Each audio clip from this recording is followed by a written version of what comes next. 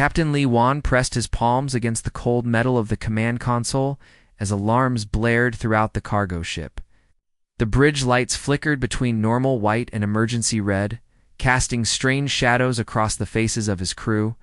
His heart pounded as he watched the tactical display show dozens of massive ships surrounding every human colony in the sector. "Captain, the Council fleet just appeared out of nowhere," Park Mina said from her station, her fingers dancing over the communication controls. Sweat beaded on her forehead as she tried to make sense of the readings. "I count over 200 vessels. They're not responding to any of our signals." Juan stared at the screen, his mind racing. 3 months ago, the Galactic Council had announced routine health inspections for all human settlements. They claimed it was for everyone's safety, a way to prevent disease from spreading between worlds. At first, it seemed reasonable. The Council had always been concerned about maintaining order in their vast empire of different alien species. But then the changes began, Captain. Rodriguez from the mining ship Deepcore had been one of the first to return from inspection. Juan remembered meeting him at the space station bar just days later. Rodriguez sat perfectly straight, spoke in measured tones, and agreed with everything the Council representative said. Gone was the loud, joking man who used to complain about regulations and tell wild stories about his adventures in the asteroid fields. "Something's wrong with Rodriguez," Juan had told his first officer that night. "He's like a different person." More friends came back, changed. Captain Silva, who used to argue with everyone about everything, now nodded politely at Council orders. Engineer Chen, known for his creative solutions to impossible problems, suddenly followed every procedure exactly as written. One by one, the humans Juan knew were becoming strange, empty versions of themselves. "Sir, I'm picking up something weird," Kim Day called from the engineering station at the back of the bridge. The young man had been monitoring subspace frequencies for weeks, trying to understand what was happening to their fellow humans. The people who came back from those inspections are all transmitting the same signal. "What kind of signal?" Juan asked, though he feared he already knew the answer. "It's like a neural pattern, but artificial. Computer-generated," Day explained, his voice shaking. "Captain, I don't think those are really our friends anymore." The truth hit Juan like a physical blow. The Council wasn't conducting health inspections. They were replacing humans with something else. Perfect copies that looked and sounded like the originals, but lacked the spark that made humans unpredictable and creative. "They're proxies," Juan whispered, using the term he'd heard whispered in dark corners of space stations. Artificial beings so advanced they were nearly impossible to detect. "Captain, what are your orders?" Mina asked, her voice steady despite the fear in her eyes. Juan looked around at his crew. These were real humans, with all their flaws and strengths. Mina questioned orders when they didn't make sense. Day found new ways to solve old problems. His security chief, Nam Su, had a hot temper, but would die before betraying his friends. They were chaotic, unpredictable, and absolutely human. "Council wants to eliminate everything that makes us who we are," Juan said slowly. "They want a galaxy full of obedient servants who never question, never innovate, never cause trouble." On the main screen, the Council ships moved into attack formation. Their sleek, identical vessels represented everything the aliens valued: perfect order, absolute control, and complete predictability.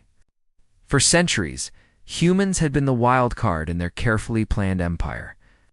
Human traders found new routes that shouldn't exist. Human scientists made discoveries that broke established rules. Human artists created beauty that alien logic couldn't explain now. The Council had found a way to keep the useful parts of humanity while eliminating the troublesome bits. They would have a galaxy full of humans who worked efficiently, followed orders without question, and never surprised anyone. "Set course for the Outer Rim territories," Juan commanded. "Maximum speed." "Captain, that's outside Council space," Mina warned. "If we're caught there, if we stay here, we'll end up like Rodriguez and the others," Juan interrupted. "At least in the Outer Rim, we might find other humans who've figured out what's happening." The iron wheel shuddered as its engines powered up to full capacity.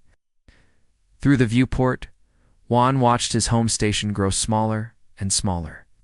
He'd lived there for 15 years, made friends, built a life. Now he was running from everything he'd known. "Sir, I'm detecting pursuit ships," Day reported. "They're not going to let us go easily," Namsu said, checking his weapon systems. Juan smiled grimly. The Council expected humans to surrender when faced with overwhelming odds. They'd calculated that resistance was illogical and futile, but humans had never been logical. They'd survived ice ages, conquered diseases, and spread across the galaxy, precisely because they refused to accept defeat. "Then let's show them why they're afraid of us," Juan said as the stars streaked past. The real war for humanity's soul was just beginning. The Iron Will landed on Kepler 4-4 to be under cover of darkness, its engines barely whispering as Captain Li Wan guided the ship into a hidden canyon. The mining world was supposed to be abandoned, its valuable minerals exhausted years ago. But as Juan and his crew made their way through the rocky terrain, following coordinates transmitted on an ancient Earth frequency, they discovered they were not alone. Dr. Yoon Hannah met them at the entrance to what looked like a natural cave. She was a small woman with tired eyes and gray streaks in her black hair that hadn't been there 6 months ago. Behind her, the cave opened into a massive underground facility that had once processed her from the planet's depths. "Welcome to the real world," Hannah said quietly as she led them deeper into the tunnels. "Down here, humans are still human." The facility buzzed with activity. Men and women worked at salvaged computers, repaired equipment with spare parts, and spoke in hushed tones about things that would have sounded like madness just months before. These were the survivors, the ones who had escaped the Council's net or figured out the truth before it was too late. "How many of you are there?" "Park?" Mina asked, looking around at the busy workers. "Here, about 40, Hannah replied. "But we're not the only ones. Choi Woo has been working miracles with our communications." She led them to a corner where a young man sat, surrounded by ancient radio equipment. Wires and circuit boards covered every surface, creating a maze of technology that looked like it belonged in a museum. Choi Woo looked up from his work, his face bright with excitement. "Captain Wan." "I heard your ship's transponder on the emergency frequency," Woo said, standing. "To shake hands? We've been monitoring Council communications. We're looking for you everywhere." "What's the situation out there?" Chuan asked. Hannah's expression grew dark, bad, and getting worse. "The Council has processed most of the major colonies. Earth itself fell 3 weeks ago." She paused, letting that sink in. "But they made mistakes. Some of us were off-world when it happened. Others saw the signs and ran." She led them to a large room where maps covered the walls. Red pins marked worlds that had been completely taken over. Yellow pins showed places where fighting continued. Green pins marked the few safe zones where humans still lived free. "The proxies are almost perfect," Hannah explained, pointing to detailed notes beside each map. "They look exactly like the people they replace. They have the same memories, the same speech patterns, even the same small habits. But they're not really alive." Kim Dae stepped closer to examine the technical diagrams. "What do you mean they follow programs?" Hannah said. "It's very complex programs, but still just code. They can't truly create anything new. When faced with a completely unexpected situation, they freeze for a few seconds while their systems calculate a response." "That's how I escaped," said a voice from the doorway. A woman named Lee Gina entered, carrying a tray of food that smelled surprisingly good. "My proxy husband didn't know how to react when I started speaking an old Korean dialect. His programming didn't include those language patterns." The group gathered around a metal table as Gina distributed the meal. It was simple food, mostly preserved items and vegetables grown in the facility's small hydroponic garden, but it tasted better than anything Juan had eaten in weeks. "We've been studying the replacement process," Hannah continued. "The Council uses advanced medical facilities to scan human brains completely. Then they create synthetic bodies with artificial minds programmed to match the original person's personality. But not perfectly," Wu added, looking up from his radio work. "I've established contact with 17 other resistant cells using these old Earth frequencies. The proxies consider them too primitive to monitor, so we can coordinate without." "Being detected 17 cells?" Juan asked. Many people total? Maybe 3,000 real humans left in this sector? Wu replied. Probably fewer than 50,000 in the entire galaxy. The number hit everyone like a physical blow. Billions of humans had been replaced with synthetic copies, and only a tiny fraction remained free. But instead of despair, Juan saw determination. In the faces around him, the council calls their final plan the integration phase, Hannah said quietly. They want to eliminate all remaining humans within 6 months. No more hiding, no more resistance, just a galaxy full of obedient proxies. Nam Su, who had been silent until now, slammed his fist on the table. Then we fight. Make them pay for every human life they've stolen. With what? Mina asked. They have thousands of ships, millions of proxies, and control every major world. With this, Hannah said, tapping her temple, the one thing they can never truly copy: human creativity, human stubbornness.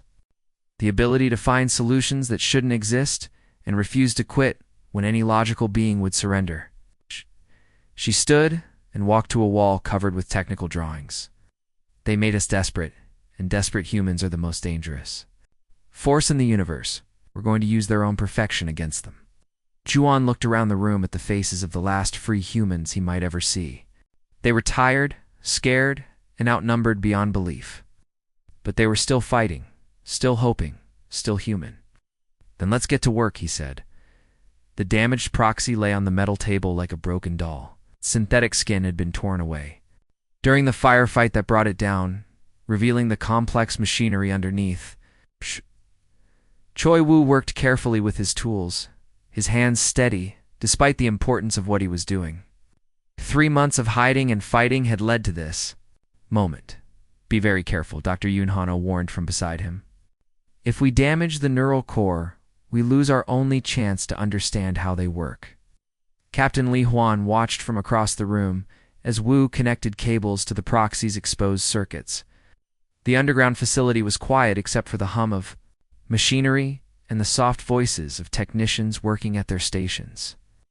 Everyone knew this could be their breakthrough, or their last mistake.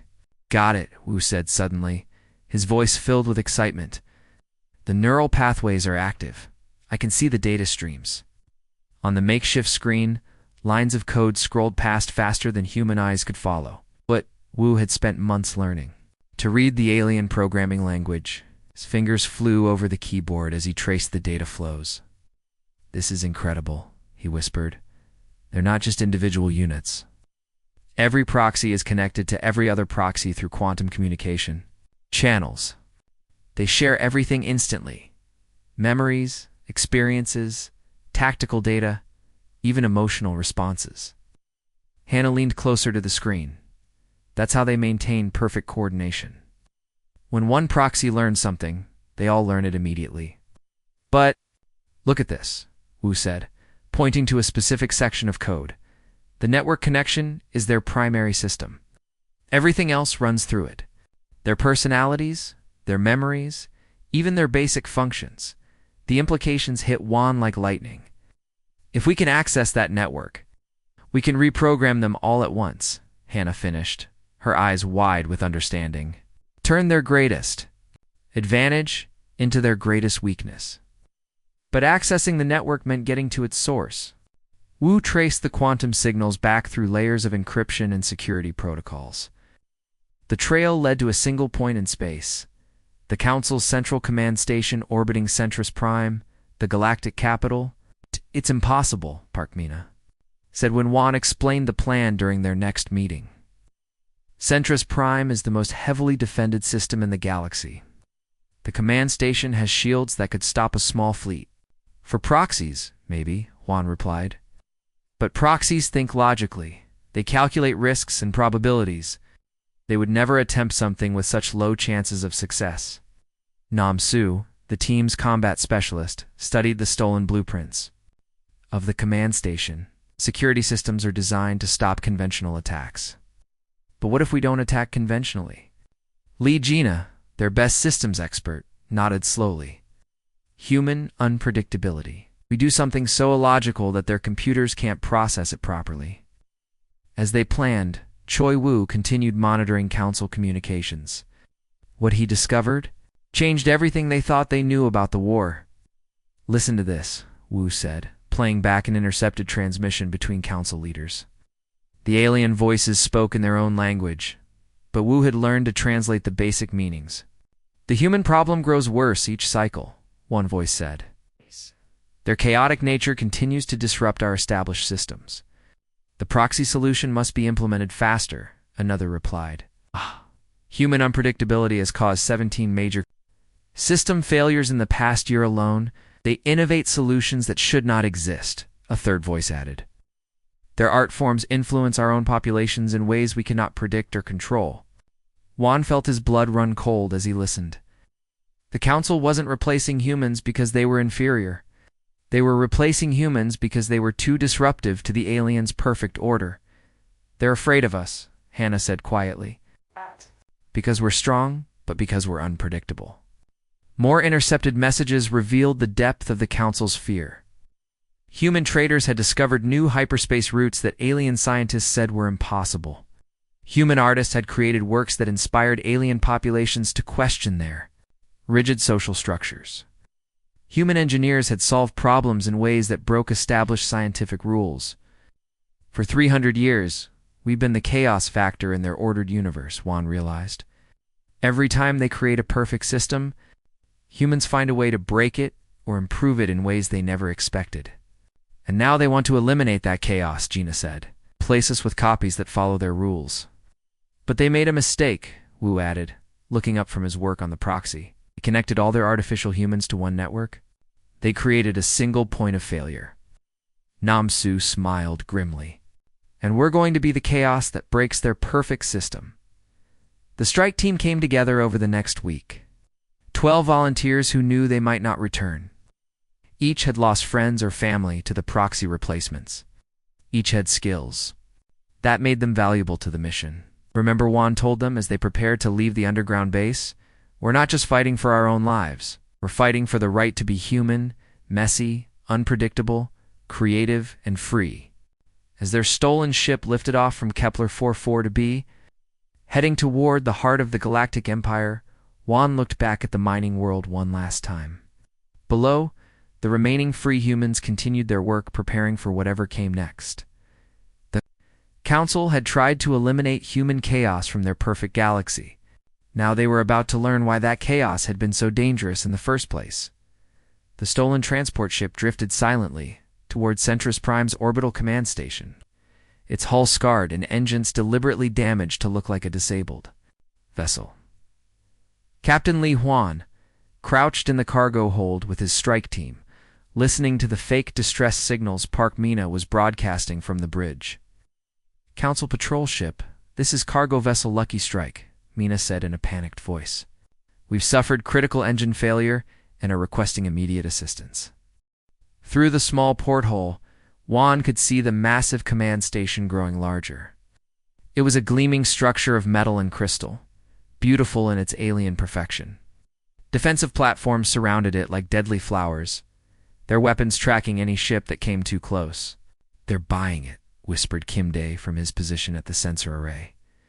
"2 council ships are moving to intercept us." The plan was insane, which made it perfectly human. No proxy would ever attempt to infiltrate the most secure facility in the galaxy using a fake emergency. Their logical minds would calculate the impossibility and choose a different approach. But humans had built their entire civilization on doing impossible things. "Remember," Juan said quietly to his team, "we only need to hold them off for 20 minutes.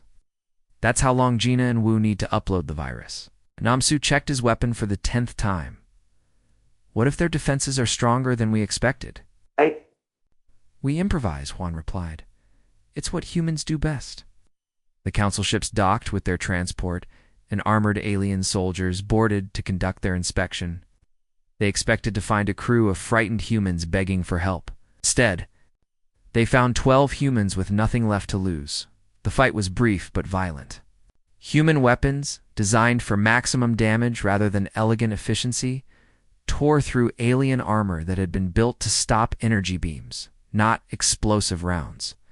Within minutes, Juan's team had captured the boarding party and seized control.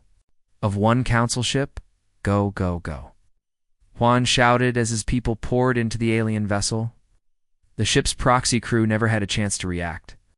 Their programming included responses to logical attacks, but not to humans who fought like cornered animals.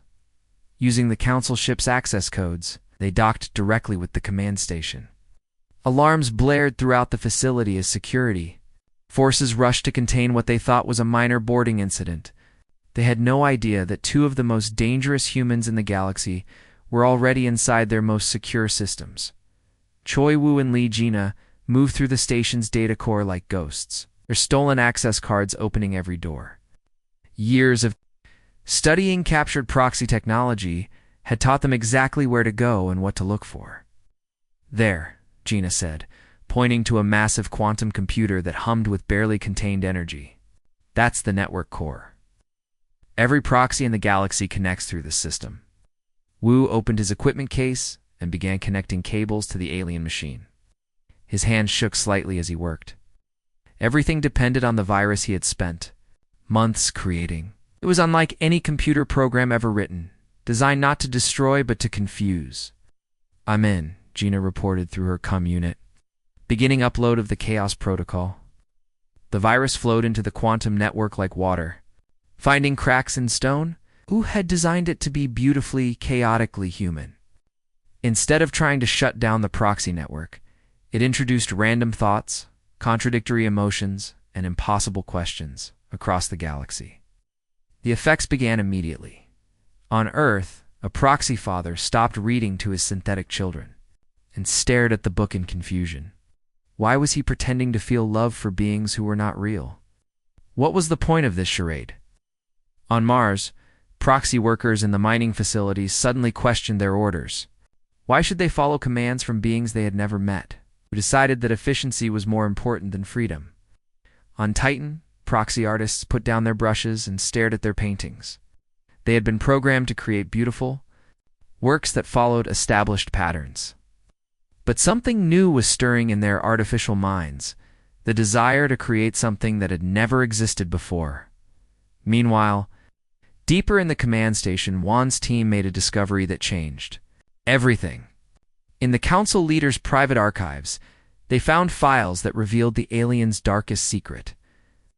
"Look at this," Namsu said, his voice filled with amazement as he read from a classified document. "They've been studying human brain patterns for decades, trying to understand how we think." The files showed detailed scans of human neural networks, analysis of human creativity, and attempts to replicate human innovation in alien minds.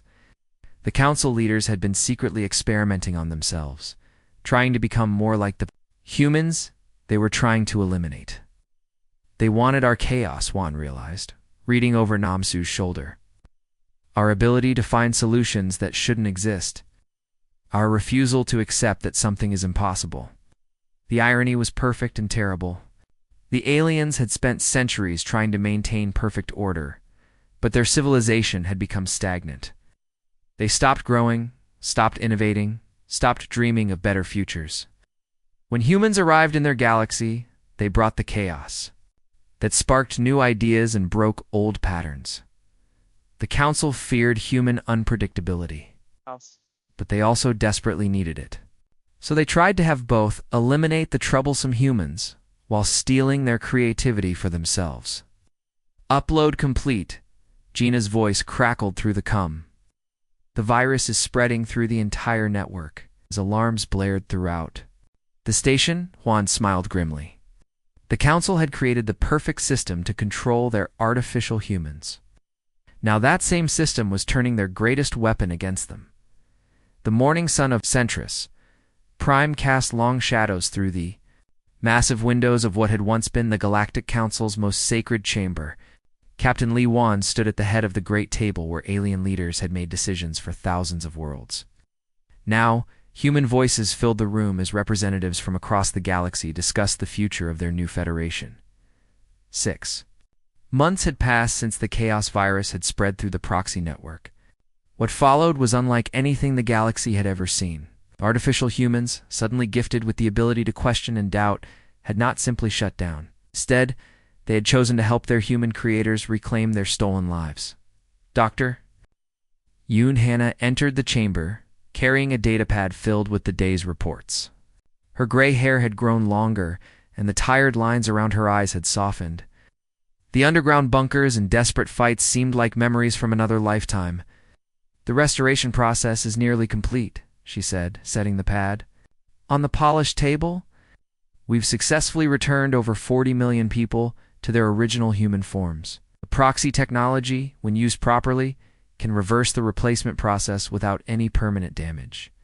Juan nodded, though his mind was on larger concerns. What about the outer colonies?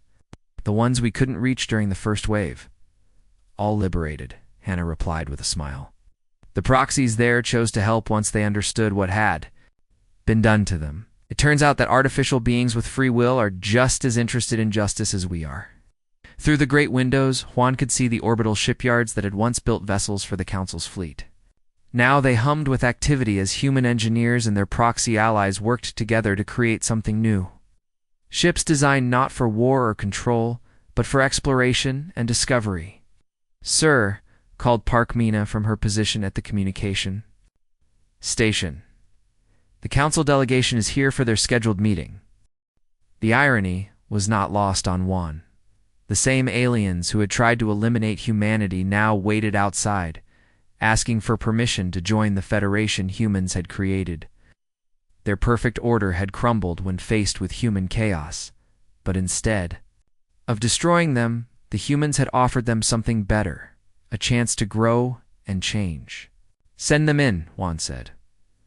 The council members entered slowly, their colorful robes and formal bearing a stark contrast to the casual efficiency of the human workers around them. They had ruled the galaxy for millennia, but now they looked like children seeking guidance from their elders. Captain Juan, their leader, said, bowing deeply, "We come to formally request membership in your federation. Our worlds wish to contribute to the great work you have begun." "And what work is that?" Juan asked, though he already knew the answer. "Exploration," the alien replied. "Innovation. The discovery of new possibilities that we had never imagined. Our people have learned much from studying human methods. We wish to learn more." Before Juan could respond, Choi Wu burst through the chamber doors, his face bright with excitement. In his hands he carried a device that hummed with barely contained energy. It was beautiful in its complexity, with crystalline components that seemed to bend light around them. "Captain, it's finished," Wu announced, seemingly unaware of the formal meeting taking place. "The new exploration drive works perfectly. We can reach the Andromeda Galaxy in less than a year." The council members stared at the device in wonder. Their own scientists had spent centuries trying to develop faster-than-light travel beyond their current capabilities. Human had solved the problem in 6 months, using a combination of stolen alien technology and pure human intuition. "How?" the council leader asked. "I stopped trying to make it perfect," Wu replied with a grin. "Instead, I made it adaptable. The drive learns from each jump, finding new routes through space-time that shouldn't exist but do anyway." Nam-Su laughed from his position near the door. "Leave it to humans to break the laws of physics by accident." "Not by accident," Hannah corrected. "It's by refusing to accept that the laws are absolute. Humans have always found ways around impossible barriers." Juan looked out at the stars visible through the chamber windows. Each point of light represented worlds waiting to be explored, civilizations waiting to be contacted, problems waiting to be solved in ways no one had ever imagined. The aliens had tried to eliminate human unpredictability because it disrupted their perfect systems. But that unpredictability was exactly what the galaxy needed. While they had built walls and rules to maintain order, humans built bridges and found new paths forward. Council Leader Juan said, turning back to the alien delegation, "Your request for membership is accepted. But understand that joining our federation means accepting change. We don't do things the old way here." "We understand," the alien replied. "That is exactly what we hope to learn." Legina entered the chamber with the latest exploration reports. "Captain, we've identified 17 systems beyond the Galactic Rim that show signs of intelligent life. The advanced scouts are ready to make contact." "And the Andromeda mission?" Juan asked. Fully crewed and ready to launch, she replied. Half-human, half-reformed proxy volunteers. They're excited to see what's waiting for us in the next galaxy. Juan smiled as he looked around the room. Humans, aliens, and artificial beings working together toward a future none of them could predict. It was chaotic, inefficient, and absolutely perfect. Begin preparations for the next phase, he commanded. It's time to show the universe what we can really do.